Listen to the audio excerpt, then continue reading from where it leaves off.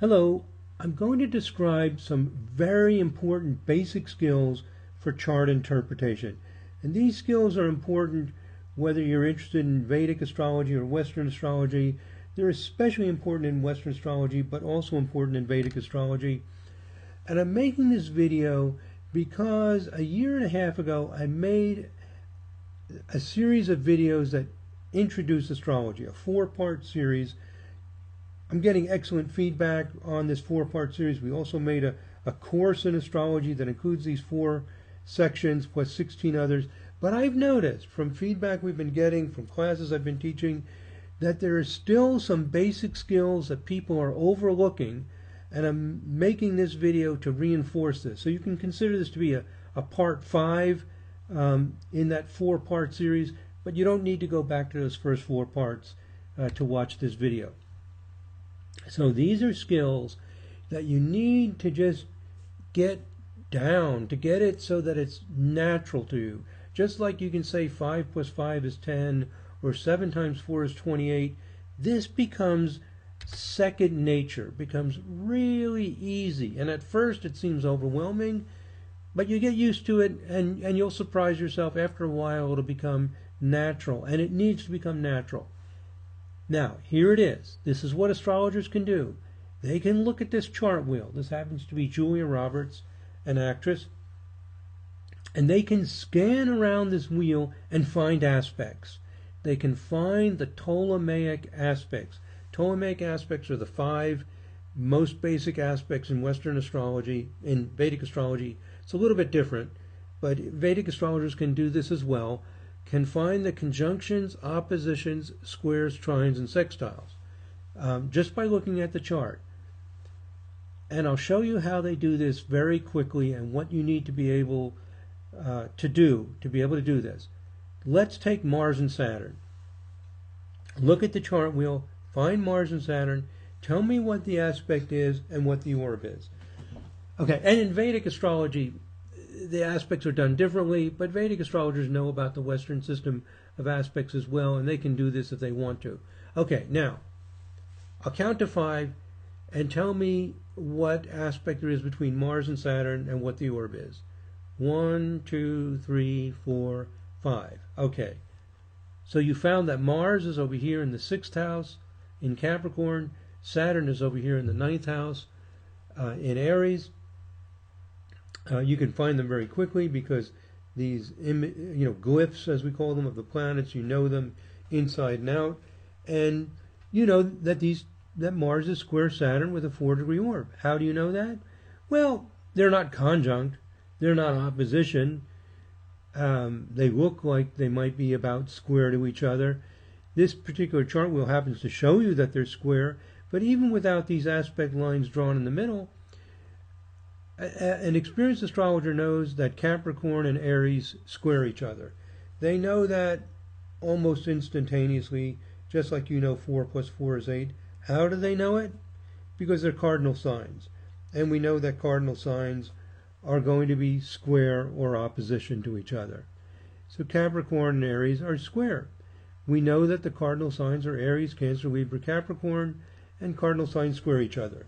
Fixed signs also square each other, and mutable signs square each other. We'll see some examples of fixed signs in a minute. So that's it. It's that simple. So you just get used to knowing that planets that are all cardinal, or planets that are both fixed, or if they're both mutable and they're in a similar degree, they're going to be square or opposition to each other. Now let's do another example of an aspect. How about Mars and Jupiter? Do they form an aspect? And if they do, what is the aspect and what is the orb? I'll count to 5. 1, 2, 3, 4, 5. An experienced astrologer has already noticed, we already talked about Mars over here at 3 Capricorn, Jupiter's at 1 Virgo, and the experienced astrologer knows automatically that that's a trine. How do we know? Well, if you're looking at a chart wheel, you can tell it might be about a third of a circle. They don't look like they're opposite to each other. And then it clicks in your mind that they're both Earth signs. Virgo is Earth, Capricorn is Earth. So astrologers know Taurus, Virgo, Capricorn, Earth signs. Again, just like 9 plus 9 is 18, or any other, small numbers that you add or multiply together, and you know it automatically, it becomes second nature. What is the orb? 3 minus 1, 2 degrees. So you just know that planets in the same element trine each other, and if the degrees are similar, they'll be close enough to be an aspect. Now, in some forms of astrology, like in a lot of Vedic astrology, some Hellenistic astrology, the aspects are just relationships of zodiac signs, not as much emphasis placed on the degrees, but Vedic astrologers and Hellenistic astrologers agree that if they happen to also be similar degrees, it's particularly important. So in modern astrology, we're especially interested in planets in the same element and close enough to be within a few degrees, what we call the maximum allowable orb. So Mars is trine Jupiter with a 2-degree orb. Let's do one more example. How about Moon and Neptune? Find them. Do they aspect each other? If so, what is the aspect in the orb? 1, 2, 3, 4, 5. You should have found it by now. That Moon is over here in Leo in the 2nd house. Neptune is in Scorpio over here in the 5th house. They are squared to each other with a 1-degree orb. How do we know they're square? Because Leo and Scorpio are fixed signs. And 24 minus 23 is 1. So having memorized what the fire, earth, air, and water signs are, what the cardinal, fixed, and mutable signs are, you quickly can tell if planets are trine or square each other. Let's do another example. How about Sun and Mars? How about Sun and Mars? Are they aspected to each other? What is the orb? 1, 2, 3, 4, 5. Here's the Sun at 4 Scorpio, Mars at 3 Capricorn. This sometimes takes the astrologer a little bit longer to realize, maybe a few seconds longer, to realize that they're sextile to each other. Because we know that Scorpio is the 8th sign, Mars is the 10th sign, they're 2 signs apart, they're sextile. When you're looking at a chart wheel, it's easier to tell than if somebody just tells you Scorpio, Capricorn. But honestly, the really experienced astrologers, you say, oh, my Sun is at 4 Scorpio, my Mars is at 3 Capricorn, 4 Scorpio, 3 Capricorn. They can tell pretty quickly that's a sextile because you just get familiar with the order of the signs. When signs are 2 signs apart, they're sextile. They're both even-numbered signs, water and earth, sextile each other. Anyway, you get used to it. And if you're looking at a chart wheel, it should be relatively fast because you can see about how far apart they are. Just, it's visual right in front of you. You see that, gee, they look like they're, just a few signs apart, and then it clicks in your mind, Scorpio to Capricorn, they're 2 signs apart, they're even-numbered signs that sextile each other. Another example. Now this will be our last example in this chart wheel, and this one is more difficult. And this one, a lot of astrologers wouldn't be able to tell that they're aspected, but I want to introduce another idea to be aware of. How about Jupiter and Neptune? And this one you may not be able to tell. It's a little trickier. Jupiter and Neptune. Here's Jupiter at 1 Virgo, Neptune at 23 Scorpio. Are they aspected to each other? What's tricky about this is it's what we call an out-of-sign aspect. So if one planet is at the end of a sign and the other planet at the beginning of the sign, it's out of sign. Because if this aspect was exact, for example, if Neptune was at 1 Sag, Neptune's at 1 Sag, Jupiter at 1 Virgo, they're both mutable, they're square. But it's out of sign because Jupiter's in early part of Virgo, Neptune's at the end of Scorpio, and it's a square with an 8-degree orb for those astrologers who use out-of-sign aspects. Some astrologers don't, but a lot of modern astrologers do. And there's 7 degrees left in Scorpio plus 1 of Sag. It's an 8-degree orb. So that Jupiter is square Neptune, an out of sign aspect with an 8-degree orb. That's more difficult to see, especially because the orb is so big. In fact, and some astrologers don't use orbs as big as 8 degrees. Some don't use out of sign aspects, but especially 8-degree orbs is pretty big. Not all astrologers would use that and not even consider it to be square. So that's what astrologers can do, and you have to practice to get really good at this. This just summarizes what I already explained. And here's how to practice. What you can do is look at a chart wheel that has an aspect grid. Here's a chart wheel with an aspect grid. A large aspect grid. Here's the wheel, here's the grid. And what you can do is look at the wheel and see if you can tell what the aspect is. We said Mars is square Saturn with a 4-degree orb. And then you can look at the grid. Mars, Saturn.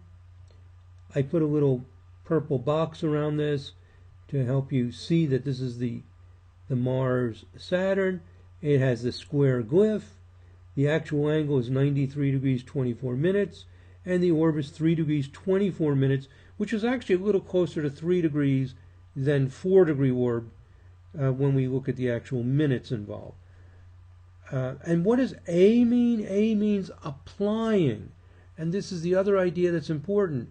When Julia Roberts, whose chart we're looking at, the actress, when she was born, Mars was moving faster than Saturn. Saturn's actually retrograde. Mars is moving forward. It's not retrograde, so Mars is leaving the is applying to the exact square.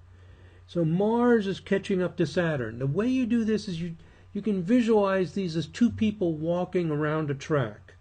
Here's Saturn. He's actually walking backwards. This little RX thing here means Saturn's actually appearing to go backwards at the time she was born. Mars is moving forwards, so Mars is going to go 3, 4, 5, 6, 7. It's heading towards the exact point to Saturn. So you just visualize it. You visualize which planet is going faster, and is the faster planet catching up to the slower planet to make the exact aspect, or is it leaving?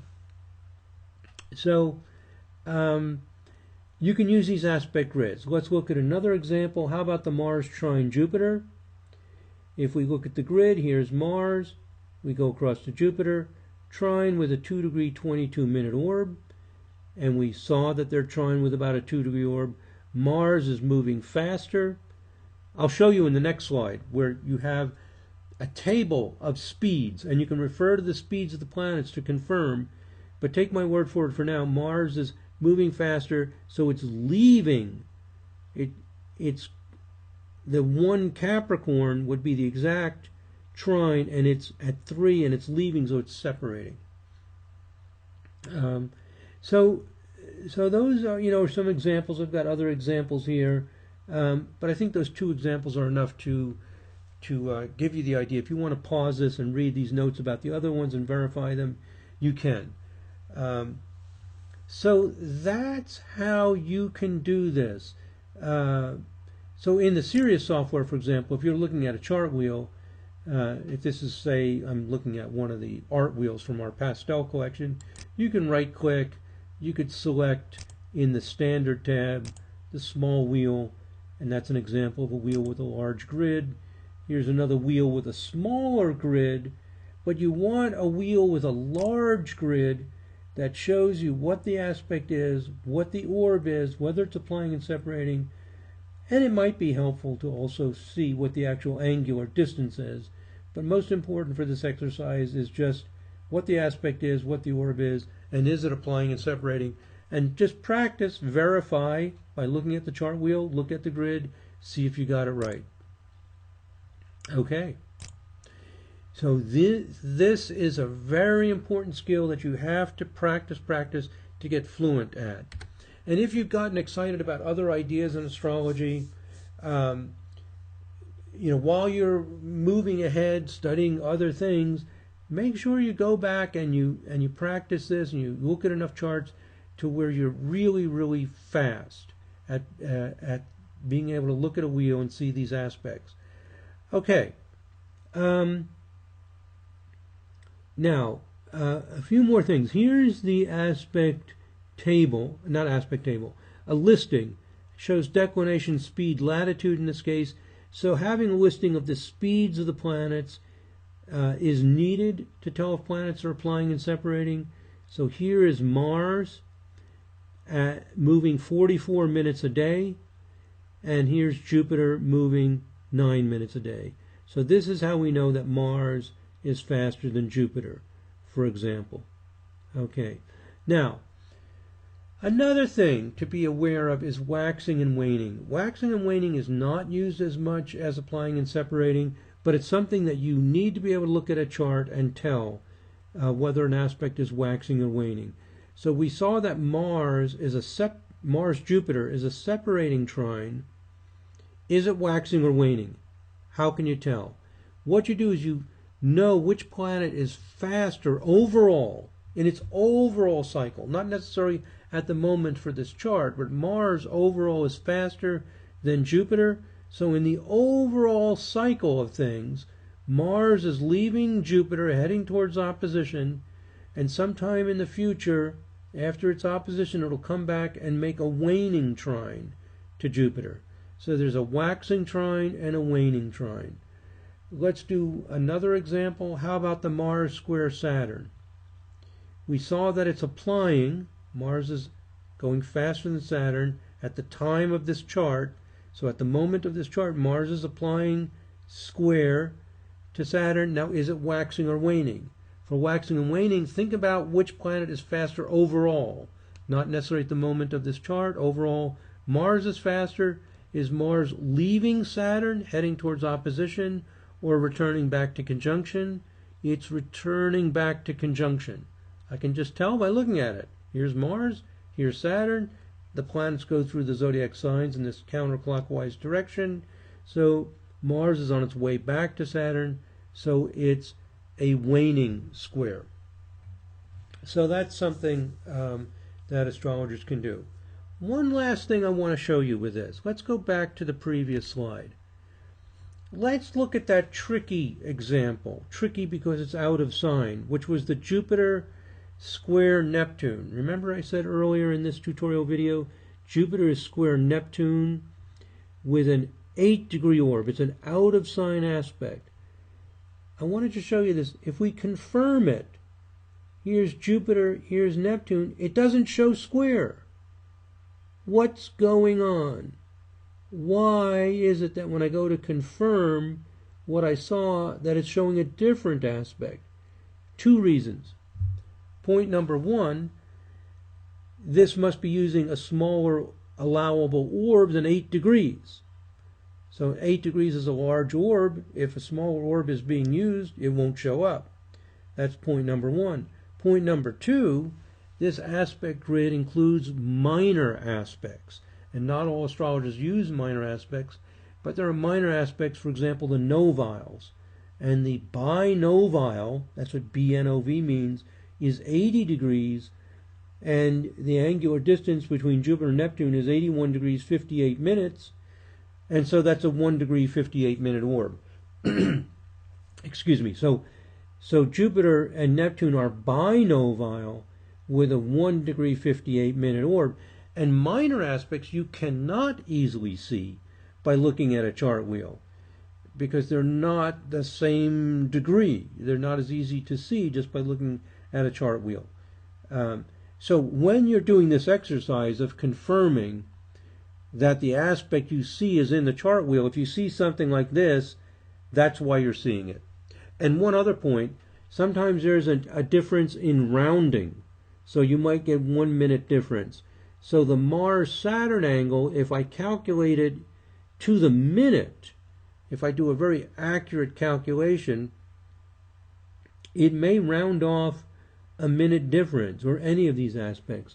Let's look at the Moon-Neptune square.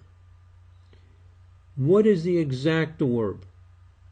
Approximate orb is 1 degree, 24 minus 23. Let me do it on a bigger chart wheel so you can see it better. What's the orb of the moon square Neptune? Moon at 24, Leo 47, Neptune 23, 21. If you calculate it to the minute, 24 minus 23 is 1, 47 minus 21 is 16. No, what is that, 26? So it's 1 degree, 26 minutes. And we look over here, and it says that for the moon square Neptune, 1 degree, 27 minutes.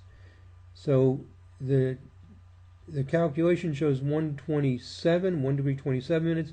Our manual calculation is 1 degree, 26 minutes. And this is because you can get a rounding error of 1 minute when you calculate it manually. The computer is going to calculate it more precisely. So I wanted to mention that in case any of you do this exercise and you measure the angular distance, not just rounded off to a degree, but to a minute. Sometimes there's a 1 minute rounding error, which doesn't matter. 1 minute difference in orb doesn't make any difference. But just to let you know, the computer calculates it more accurately than when you do it manually by hand using the positions in the chart wheel. So that's it, my friends. That's what you need to get really fluent with, really fast with, and be able to do it automatically. So as I have here on the slide, practice, practice, practice is what's needed to get good at this. And just to be able to do it automatically, it's really required. You really need to take the time to get fast at that before proceeding. And another thing astrologers know by heart, automatically, is rulerships. Even if you don't use rulerships a lot, astrologers know that the sun rules Leo. Sun is in its own sign, or rules Leo, different ways of saying it. The sun is in detriment in Aquarius. The opposite sign is the detriment. It's exalted in Aries, and the opposite sign of the exaltation is called the fall, and the sun is in fall in Libra. Now, in Vedic astrology, fall is not used very much, but it's simple. It's just the opposite of the exaltation, and it is used in Western astrology. And these are the traditional rulers, where Mars is considered to rule not only Aries, but also Scorpio. Some modern astrologers use Pluto as the ruler of Scorpio. More and more astrologers are dropping that idea and just using the traditional rulers. But anyway, here's the traditional rulers. Commit it to memory. You just have to know this. Even if you don't use it that much, you have to know it. Most astrologers do use it a lot, just in order to be able to converse with people intelligently and understand what they're referring to. It's very, very important. So these are the fundamental skills that every astrologer is very good at. So let me summarize, and then I'm going to add one more thing. Summarize what we've done so far. 30 degrees in a sign, 60 minutes in a degree. There are some people who've been studying astrology for half a year or a year, and they keep getting this mixed up. Make sure it's clear. Make sure that if I say, or someone else says, the moon is at 20 degrees Taurus, you know 20 degrees is 2/3 through the sign. If somebody says the moon is at 20 degrees, 15 minutes of Taurus, it just clicks in your head that 15 minutes is a quarter of a degree. Just like 15 minutes of time is a quarter of an hour, it's obvious to us that this should be obvious. This is just basic stuff. If somebody says the sun is at 16 Gemini and the moon is at 17 Leo, that's slightly more difficult than squares and trines, but an experienced astrologer knows their sextile. They know that Gemini, Leo, third and fifth signs are 2 signs apart. They're both odd-numbered signs. They sextile each other. These are the things that astrologers can do quickly. And I've given you an exercise you can do by looking at a chart wheel with a large aspect grid to practice doing it. You can tell whether an aspect is applying or separating. You have to know the speeds of the planets. The sun and moon are easier. The sun's always moving close to 1 degree a day. It'll vary from 57 minutes to 1 degree, 1 minute a day. The moon is always the fastest planet. But the others, you have to have a table that shows you the speeds of the planets. Or if you've looked them up in an ephemeris, some way of knowing what the speed of the planet is. And the rulerships, the signs the planet rules, detriment, exaltation, and fall. Now, one last thing, the speed of the planets and house cusps. Here's a summary of that. And this is very important and takes some beginning students a while to get used to, but it's important. Don't skip over it. And that's the whole point of this video, not to skip over these things, because if you skip over it, everything goes slower. You're learning about forecasting, it goes slower. Everything goes slower because you don't have this basic language down. Sun, Mercury, and Venus move about a degree a day. Mercury can go up to 2 degrees a day approximately, and then it'll go way retrograde. By way retrograde, I mean up to about a degree per day retrograde. Changes speeds a lot. And you've all heard about Mercury retrograde. Mercury goes retrograde about 3 times a year for 3 weeks. But on average, Sun, Mercury, and Venus are all moving a degree a day. Mercury and Venus never leave the Sun completely. They stay Mercury within about 27 degrees and Venus, or 28 degrees. Venus within about 47, 48 degrees of the Sun. They stay close. They're all averaging 1 degree a day. The Moon is moving 13 to 14 degrees a day on average, between about 11 and 15 degrees a day. And these are things that astrologers know. We know that the Sun goes through a sign, a zodiac sign, in how long? A month. Goes through the whole zodiac in a year. The Moon goes through the zodiac in a month. Okay, so you just know these things. It takes about 27 to 28 days for the Moon to go through the zodiac. Mars is going about half the speed of Sun, Mercury, and Venus. Usually it's going about 40 to 45 minutes a day, just like with Julia Roberts. When looking at her chart, we saw that Mars is moving 44 minutes a day. That's typical. But with the retrograde motion, it averages out to about a half a degree a day, even though it's usually going faster than that, because it'll slow down periodically and then go retrograde.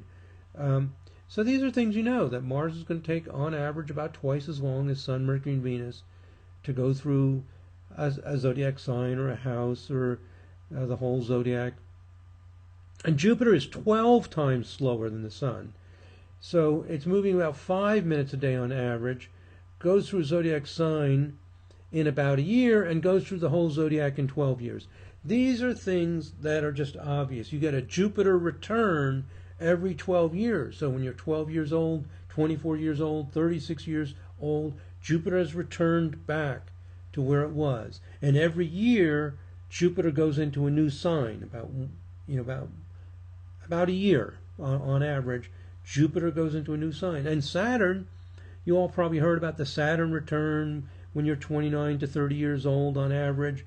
So Saturn takes 2.5 years to go through a sign, and almost 30 years to go through the zodiac. And then Uranus takes 7 years, Neptune 14 years, and Pluto 21 years on average to go through a sign. These are things that you just get memorized and get very fluent with. So I think that's my last slide. Yeah.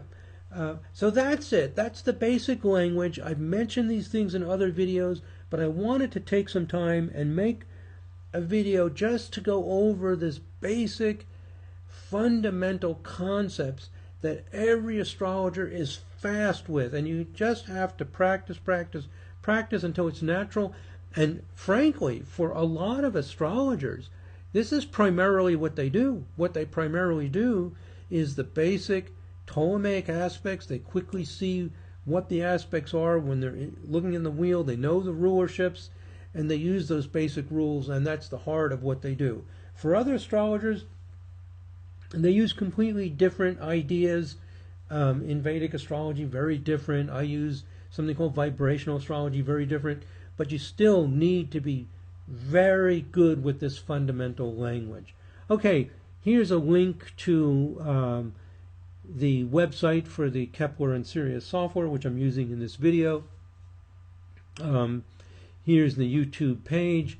Here are some other websites that I'm involved with. The Avalon School of Astrology, where I teach, Star Guidance, which provides online interpretations, astrologysoftware.com, which is another software company, the Matrix Software, which I'm also working for. The Matrix Software and the Cosmic Pattern Software are two parts of a larger company, and they work together. And here's Astrology Land, which offers some more free services for people interested in astrology. Thank you very much, my friends, for listening. God bless. Namaste.